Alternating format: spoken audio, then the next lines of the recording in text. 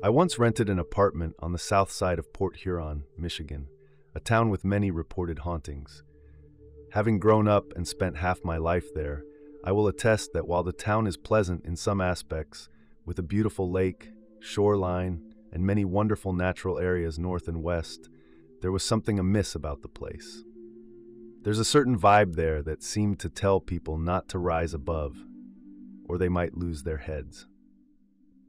To this day, I cannot tell if it was just the collective consciousness of the people, who tended to be a closed-minded and provincial bunch, or if there was something else lurking that one could not see except for a glimpse out of the corner of one's eye on occasion.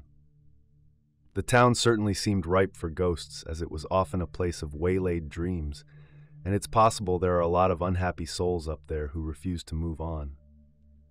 When I first moved in, the place struck me as strange and somewhat gloomy. It was a second-floor apartment with brown wood paneling and brown furniture, but it was cheap and within walking distance of work.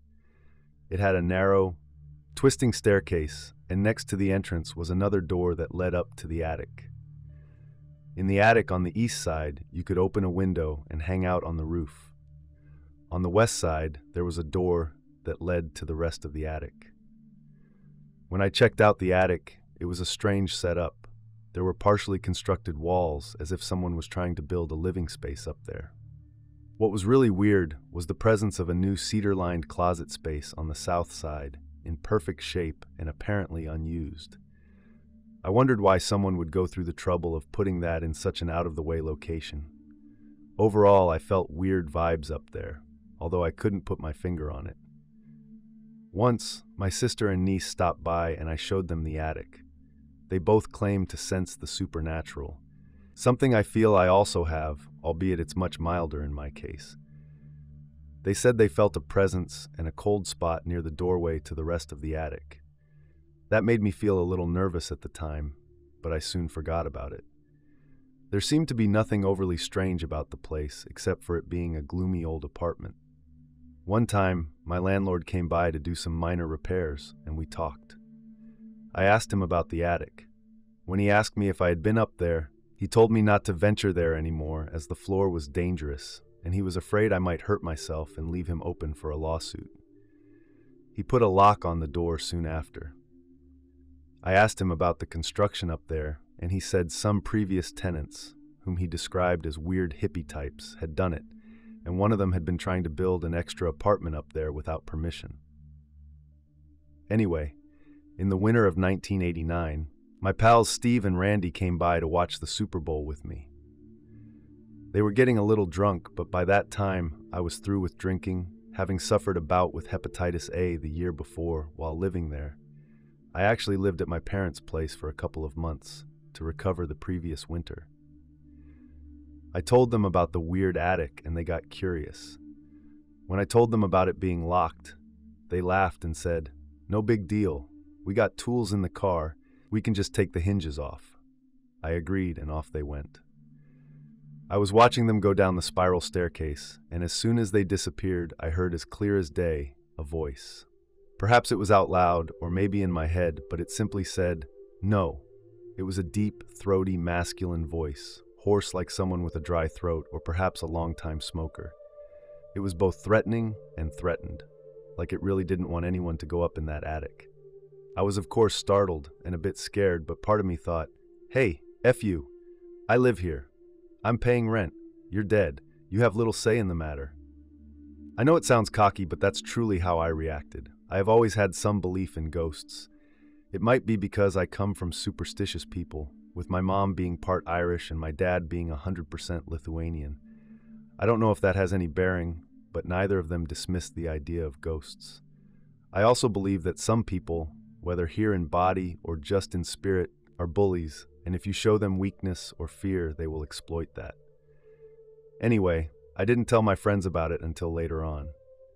They came back up and opened up the door, and we explored the attic. They agreed it was a strange and somewhat creepy place with the partially built walls and the unused cedar closet.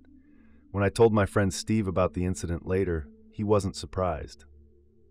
He said he also felt something in the apartment, and especially the attic, and suggested I stay out of there.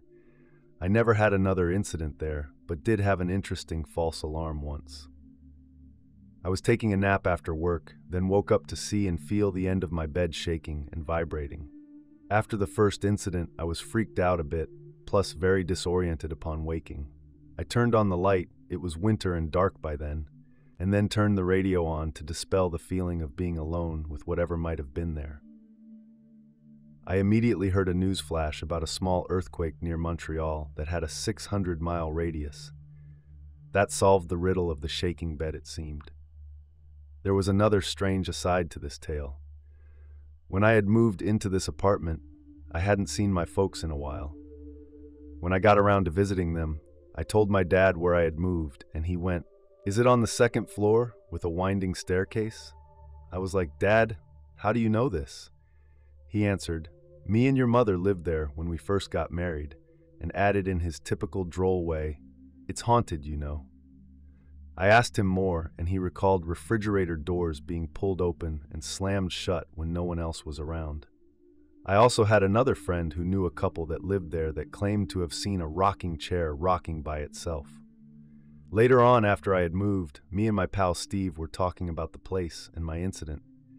He, being more spiritually aware than most, said perhaps the place was infested by an angry spirit, maybe even some sort of minor league demon. He wondered if that contributed to my sickness with hepatitis A. It never occurred to me to put the two together, but in retrospect, I have to wonder. When I got sick, I wasn't sure what was wrong with me except for the fact I couldn't keep food down and was slowly turning yellow. I knew this much. I could hear the Reaper coming down the hall for me, so to speak, and I often slept for 16 hours at a time. I remember troubled dreams, although I can't recall what they were about. But now I wonder, did some evil entity that dwelled there cause me to become sick? Did it want me to die there in that gloomy place and perhaps join it in the afterlife? I'll never know. What I do know is I felt more lighthearted when I moved out of there. Sometimes when I'm in Port Huron, I drive past the place and look away. However, I once got out of my car, looked at the place and took some pictures, and I believe I felt something malicious up in that house lurking behind dirty old curtains. Perhaps it remembered me, and maybe it even wanted another shot at me. Whatever the truth is, I'm damn glad to have gotten away from there, and whatever might be up there still. Years after the incident, my friend Steve recalled a disturbing detail to this story that I cannot personally recall at all. He said when we were up in the attic, he saw childlike drawings of flowers on the walls of the cedar closet, and speculated that maybe some poor kid was locked up there. I don't know about that, but the idea of it makes the tale even more creepy in my mind. When he told me about it, I got shivers down my spine.